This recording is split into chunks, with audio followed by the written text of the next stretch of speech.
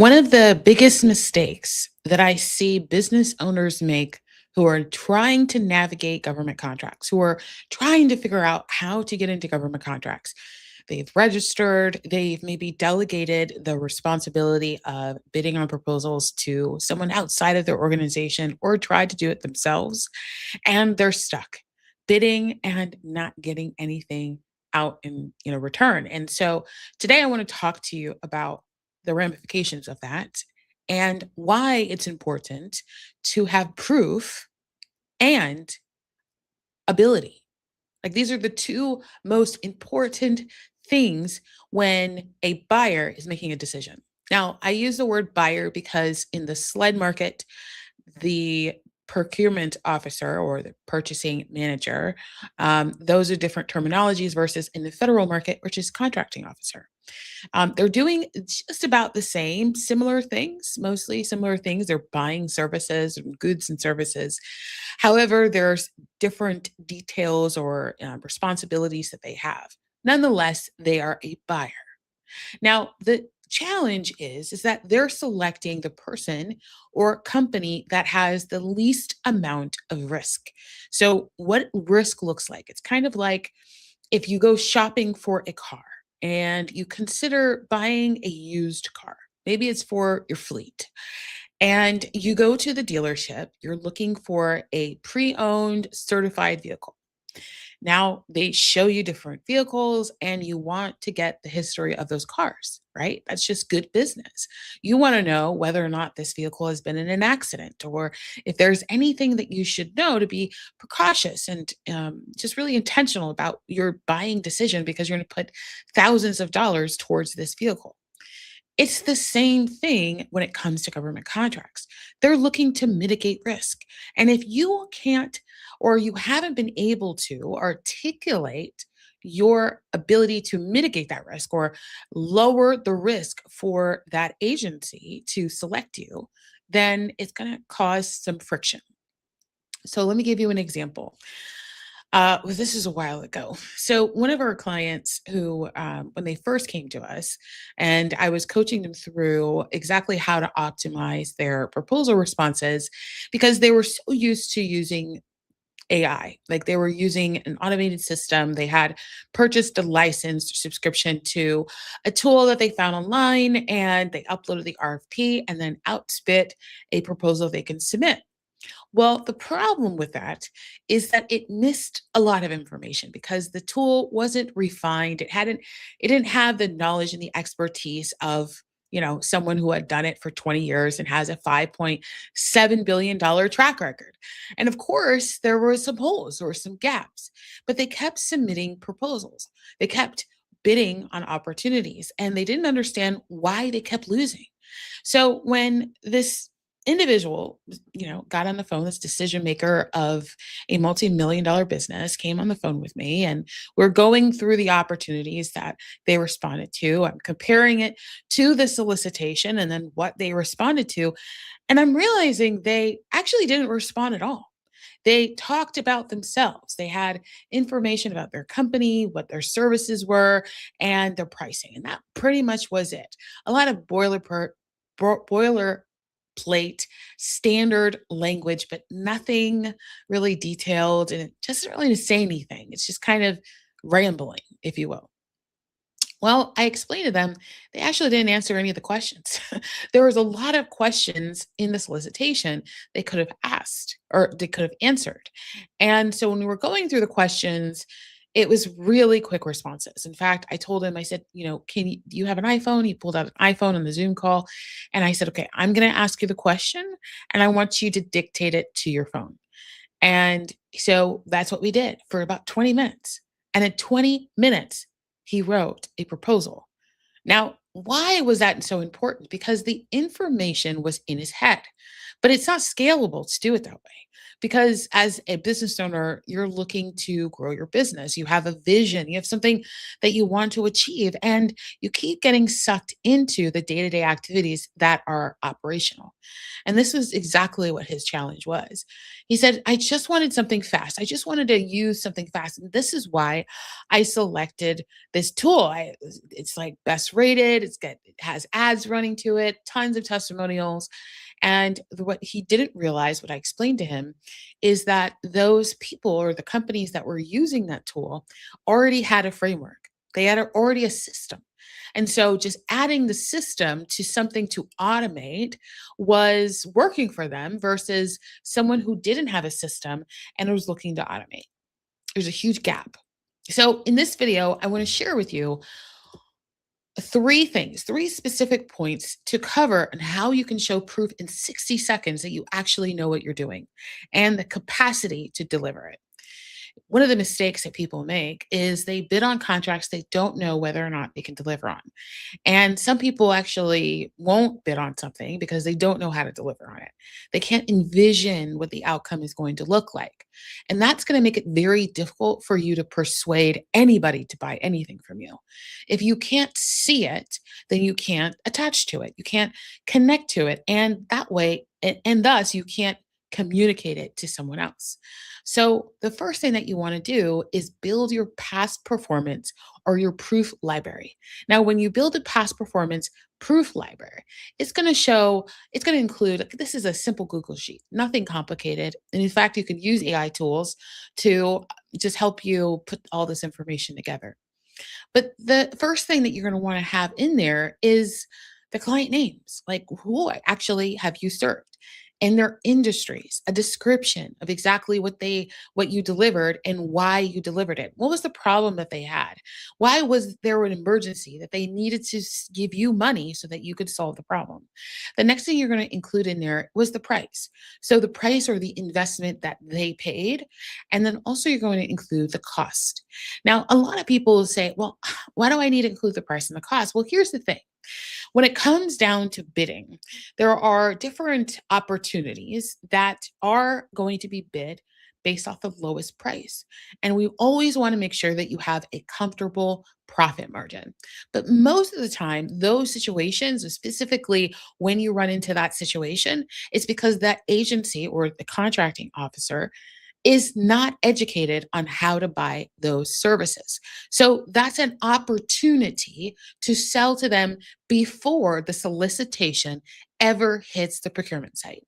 It is a powerful opportunity for you to become the advisor, the expert, the someone that's going to guide them through making smart decisions and selecting the right person or company to deliver the thing. I'll give you an example. When I was in corporate America, they did this all the time. In fact, every must win opportunity was positioned way before it ever hit the procurement site. There were meetings with procurement managers and officers and users all the time to kind of understand and put together these details that really formed this picture of what actually was the problem. We took that information and then we served it back to the client and said, this is what you said to me. This is what your entire team has said. And this is how we believe that it could be solved. In option one, two, or three, you guys get to decide based off your budget. Now, when you come to the solicitation, it's either one of the three, or it's that they make one of the three, and I just want to simplify this, but it's either one of the three and a pretty good idea of how much it cost. So when they're putting out the solicitation, they're not just going based off the lowest bid, but the lowest bid alongside the capability to deliver that thing. Now you become competitive. Now you stand out. You're not just a construction business or a construction firm or general contractor or an engineer or consulting firm or professional services firm. You are a specialist to deliver a specific outcome. And that specific outcome is clearer. It's not vague. It's not something that they're going to price and they don't know how else to compete or to define that specific specialty other than by price. That's the challenge. You see, one of the mistakes that people make is they rely on that. But here's the thing, you always want to put your best price out there because there's other opportunities that are not competitive bids. There are direct purchases. These direct purchases are opportunities that they're going to see your competitive bid. If you responded to something, they have a directory, right? They have some type of computer technology that shows them this company responded up to this, and this was their price, and this was their cost. And so if you go direct purchase for another opportunity and your pricing is completely different, then now there's doubt because you didn't have alignment with what you were selling. Now, going back to your past performance in your proof library, you're going to have the price, you're going to have the cost. You're also going to have any testimonials, any feedback that the client has. We have a mixture of things. We have some letters from clients. We also have just like emails where they just mention something where we've gotten their confirmation and approval to use as a testimonial. We have verbals that were approved. We have different things. And so we either copy and paste them into the spreadsheet or we will link them into the spreadsheet from something else in you know, um, our folder, our archives folder system. So it just depends. But we always want to make sure that we get feedback from the client, regardless of the outcome. Okay. So there's always going to be the wrong fit client, and we always try to avoid that. But there's always those times, right? You get a referral, you want to do good by your referral, and you take on a client, that's not the right fit, kind of gives you some agitation, but you just take them on anyway. Turns out to be a really terrible client because your referral may not have understood what you actually do, right? They're just trying to be like, they want to be a connector. They're just being resourceful. They're trying to help two people get an outcome, but they just don't fully understand. And that's okay. It's a totally different problem. But we always want to get the feedback of our buyer. And this is going to help us understand, or our clients or private sector clients, and this is going to help us understand exactly which opportunities to use as past performance in our proposals.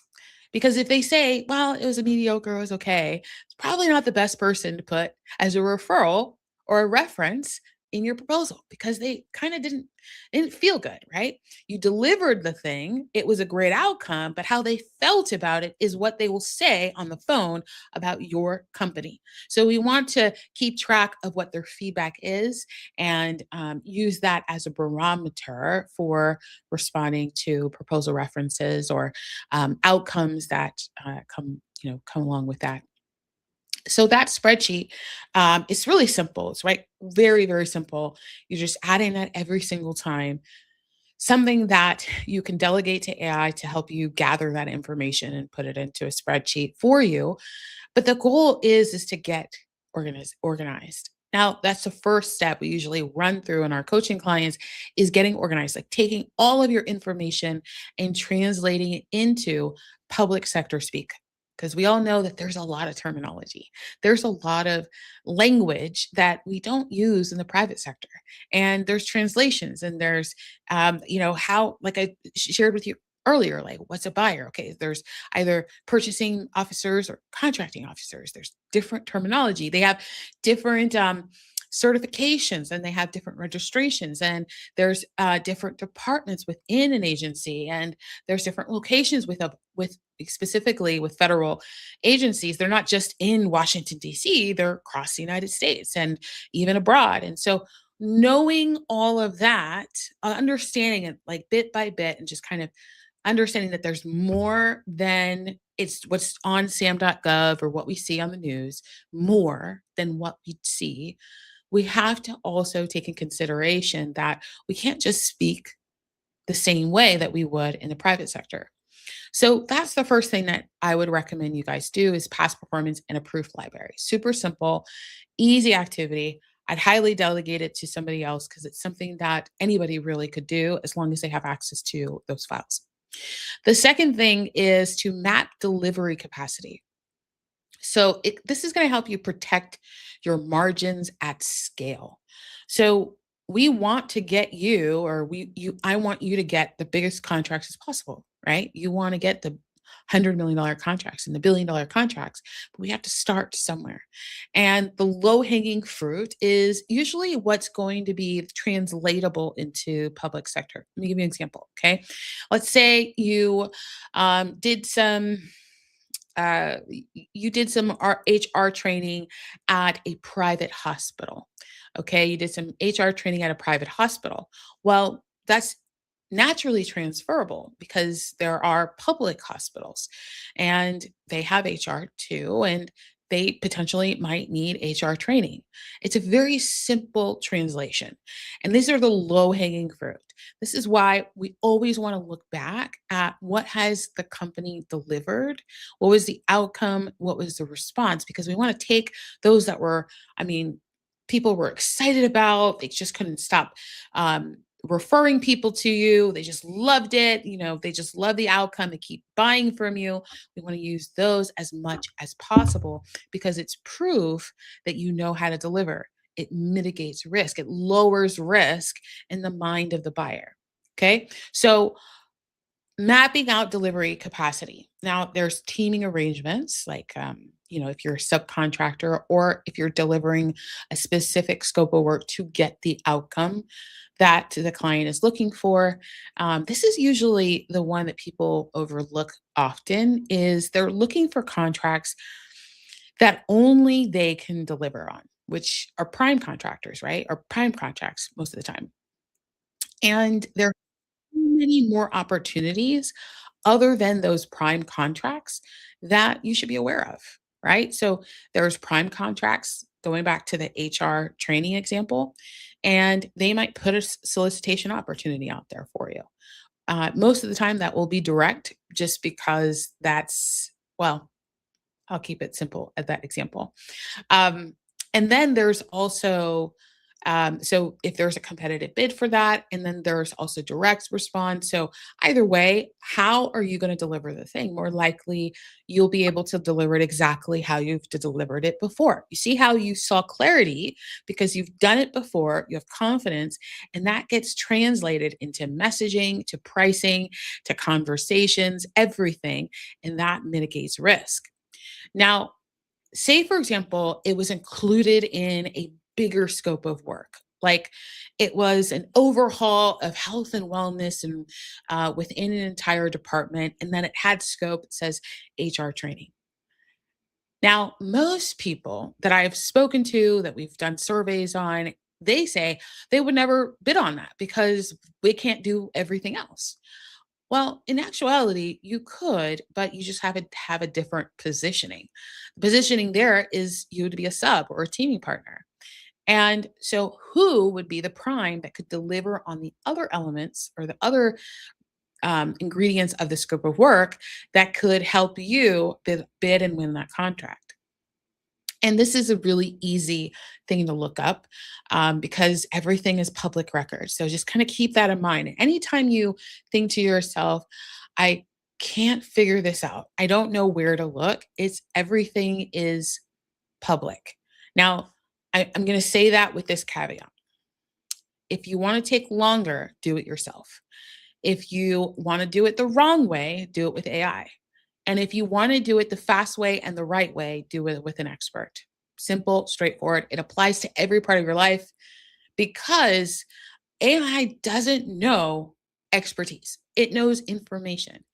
If you like, this was, oh gosh, early 2000s, and there was a huge conversation. Like, I mean, there was arguments, conversations in social media and the news, how Google was impacting how like it was actually changing or modifying the titles in the descriptions of history, and people went crazy. I don't if you remember this, it was a big deal, and then it stopped being a big deal. Like it was almost overnight, but it was a big deal for several weeks, and then it was not a big deal anymore. So AI is pulling all of the information on the internet, including all of the wrong information. It's including every guesstimated feedback, lies, modifications, people saying stuff that's actually not true. AI is pulling everything and then it's paying all the good and most of the bad, and then putting it together and then giving you an answer. And here is what we need to teach it. We need to teach it the right way. This is the only way you can use AI, is to actually have information to put into it to educate it on what's right and wrong. Because if you just rely only on what AI is telling you, it's going to teach you everything that's wrong or half right that's on the internet. And you don't want to put that in your proposal, or you don't want to believe that as truth. So that's the second thing. Let's go. First one is build your past performance proof library. The second thing is to map your delivery capacity to protect margins at scale. Okay. So the third point is to define your GovCon ready offer. Okay. So GovCon ready offer, this sounds really private sector. It kind of is. It kind of is. And it's actually a good news. It should be exciting to you, because that means that you don't have to reinvent the wheel. You don't have to sell anything new. You can sell the exact same thing that you sell now, but just to another client. That's really all it is. So the offer, it breaks down into scope, your pricing floor, and what you won't do. It is so crucial that you know what you won't do. Like, really just take 5 minutes during lunch hour and just sit back in your chair and think about what you won't do. It'll help to look at the past performance proof library, all of the clients, the work that you've delivered, your company has delivered, and think back to the stories. Oh man, they wanted us to do this and we really didn't want to do this. And we weren't capable of doing it, but we did it anyway and it was really hard. Or man, they keep doing scope creep and this, that, and the other. Your excellence is in your ability to establish boundaries. It is essential. I wonder why people don't talk about this enough, because when it comes to government contracting, it's kind of like, your tour through the Charlie and the chocolate factory, right? In Charlie and the Chocolate Factory. There's so much. It's abundant. Now, what happens in that story is that Charlie is obedient, right? He hears that the instructions are to stay on the path. He really wants to go and eat the candy. And the kids that do go eat the candy, they get in trouble. They get sick and they get rolled away. They miss out the entire tour. But you know what happens at the end is that Charlie is rewarded for his discipline. It's the same thing in government contracting. It's the same thing in business in general, is that we want to stay on the path. We don't want to get excited about the shiny objects or the opportunities that seem to fall into our plate that have nothing to do with our vision and our goals for our business. We want to stay focused. We want to stay disciplined. It's going to pay off. You will reap the benefits of that, because it's all about clarity.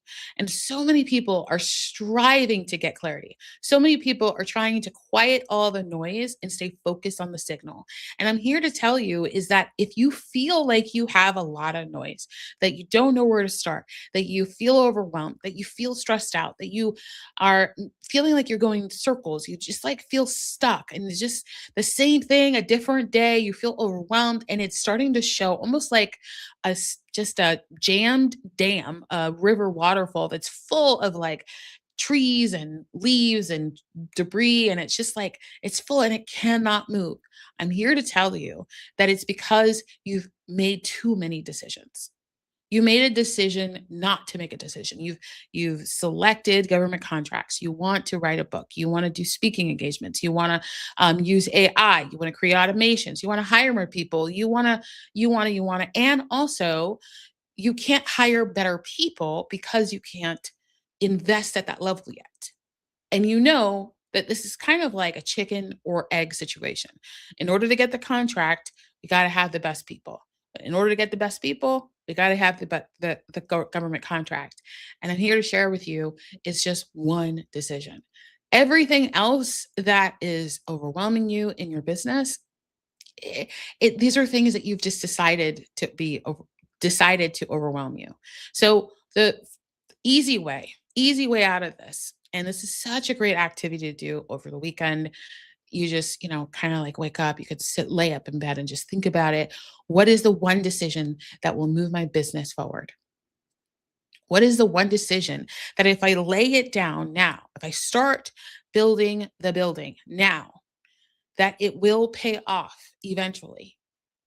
It's not going to be the book, right? I mean, look at the stats. How many books that people actually like, when it comes to book sales, like how many book sales? Is it a part of your sales system? Are you writing this with AI and no guidance and no direction? Is it taking away? Is it going to be a fast return? Are you going to be able to control how people buy? No. So we want to consider, okay, what is going to be the easiest and the fastest way for me to compound my energy, my time, and my resources to get an outcome that gets me all of the things that I want and desire? And that is the play. I would recommend government contracts because it compounds. I've worked with and for companies that are 100 plus years old, and they've been leveraging government contracts since the beginning of their company. Like, think about that. You don't have to be the biggest company. You just have to start now.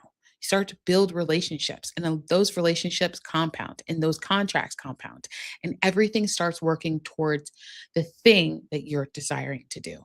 Well, if this was really helpful for you, go ahead and comment below. Give me a like, and I'll see you in the next GovCon Daily. And if you want more to understand exactly how you can apply a system into your business, just go to melindacologne.com/training to register for our upcoming training on how to get started winning government contracts for your service business. I'll see you in the next one.